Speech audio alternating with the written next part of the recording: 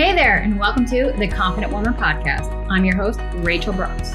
Join me as I sit down and chat with co-hosts, friends, and carefully curated guests and talk about all the things that empower you to become your best and most confident self. So, let's get started. Hey there, and welcome back to another episode of the Confident Woman Podcast. So today, I want to talk about the power of relationships and friendships and what that all means. And so the irony of this is I was thinking about this earlier and I wrote this in my journal because I needed a little reminder. And I just want to share what I wrote. And I said, not everyone is going to be your friend.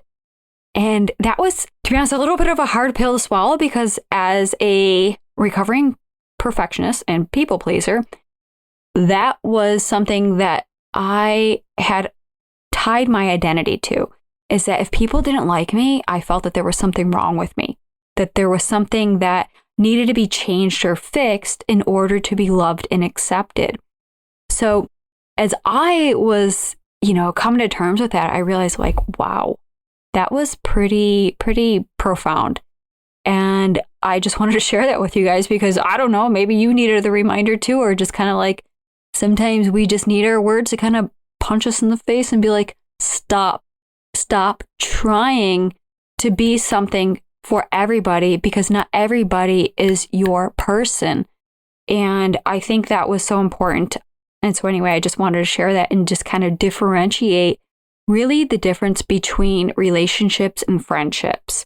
And so one of the things that have been on my mind, obviously, is the power of the relationships and friendships, like how we can really take advantage of that and use our experiences and our insight to one, set some boundaries, but also allowing us to know where we don't have to perform to people please or to put ourselves at, arm's length just to be accepted into something that really isn't meant for us, because then it feels like we're, living a lie, like it feels, disingenuous of who we are. And so having that is, something that was just important to have. Having one, a sound support system of friends and relationships and those people who are willing to commit and go on this journey we call life together. And so you might be also thinking similar to me is not everyone is going to be my friend, and accepting that and being okay with that, because it also lets you off the hook and takes a lot of the pressure off of you to perform. And I think if you're a former people pleaser and possibly even a recovering perfectionist as well, you just know how that's, more or less part of our identity. Like that's how we had defined ourselves. But as we learn to grow and evolve into these, who we actually are and the integral values of our identity, then we realize that it's okay. It's okay that not everyone is going to be your friend. Not everyone is going to like you. And you have to just be okay with that. It doesn't mean that you're not worthy of love or connection. It doesn't mean that you're not worthy or, wanted or any of that stuff. It just means that, you're not for everyone and everyone is not for you. And that's cool. We all got different opinions. We all have different tastes. We all have different likes and dislikes. And that's what makes us unique.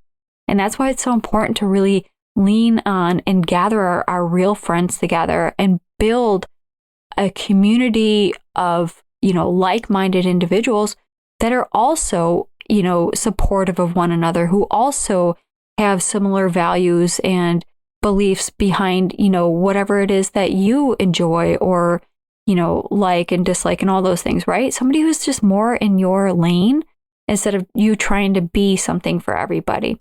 So it just got me thinking about it and, getting into a room with people that, talk you up and are grateful for your existence and just really excited to be in your presence, to have similar goals, to sharing what you're struggling with, to what you need. There's something just very human about all of that. And, when we strip our egos and take off our hats and our masks, it allows us to connect on a deeper level, to really understand each other better, to provide support and encouragement. And I think that that is so needed and necessary versus trying to, again, be a one size fits all for everybody because, to be honest, it's exhausting. And if we have to wear different masks and different personas for different people, it's like, well, then who are you? And have you lost yourself along the way?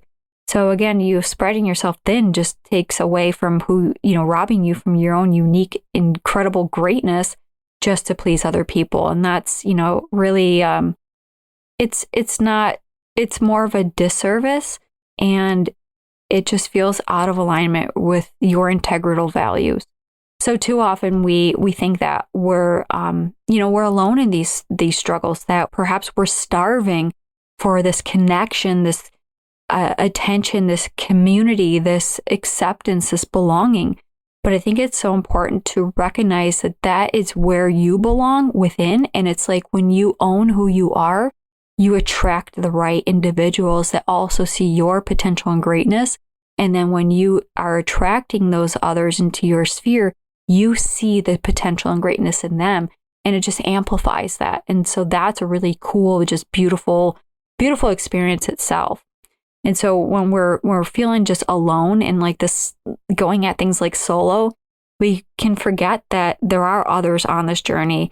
And, sometimes we live in this virtual world, like this online space, that we forget sometimes, our own people are here in our own communities, in our backyards. And we forget that there's people, our friends in our immediate family that are there to support us as well. So remembering those, the ones that love you, who lead you and serve you, and vice versa, you love them, you lead them, and you serve them. It's this cycle that we get to all be a part of. And it's a beautiful, beautiful thing.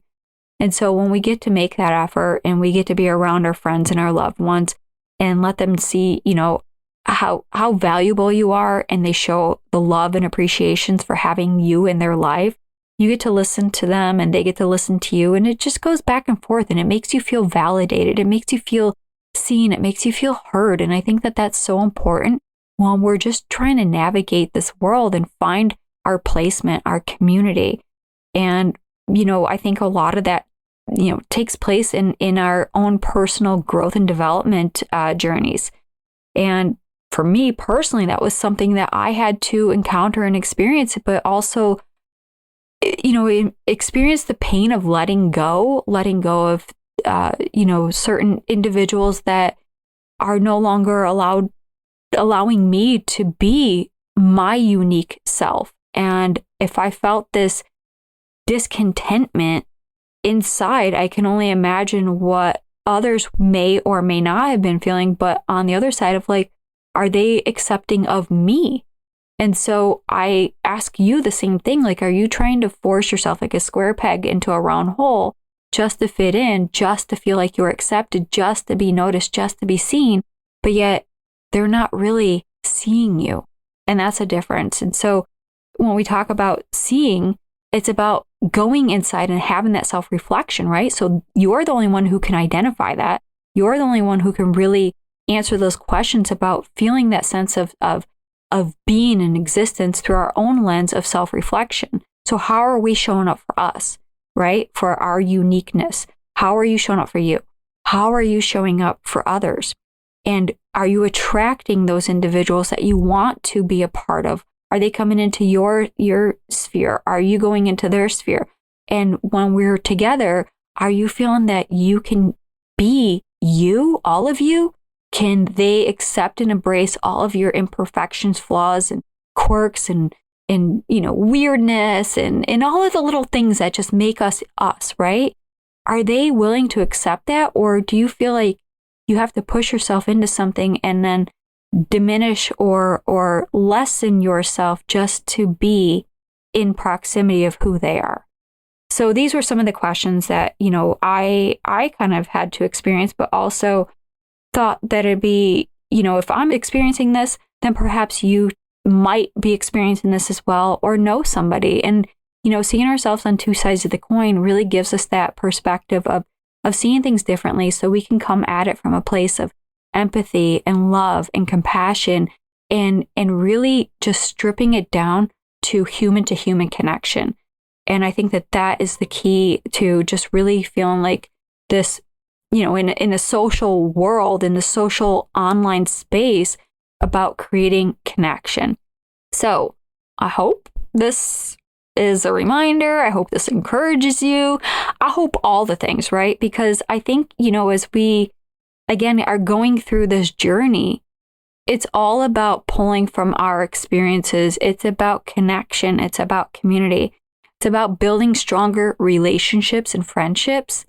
And it's time that you find your place, that you are able to just surround yourself with individuals and let others surround you to just be supportive of one another. And really that, when you have a strong support system, that is part of the foundational pillars to really build your self-confidence, to feel like you can take on so many things in this world because you get to show up and just be uniquely you. And that is the gift that you get to give to others. But you have to own it, unwrap it, and appreciate it, because that's the gift that was given to you first. So until next time, take care. Hey there. Thank you so much for joining me on today's episode of the Confident Woman Podcast. If you enjoyed today's episode as much as I did, please be sure to like, subscribe, and leave us a review. Thanks again for listening.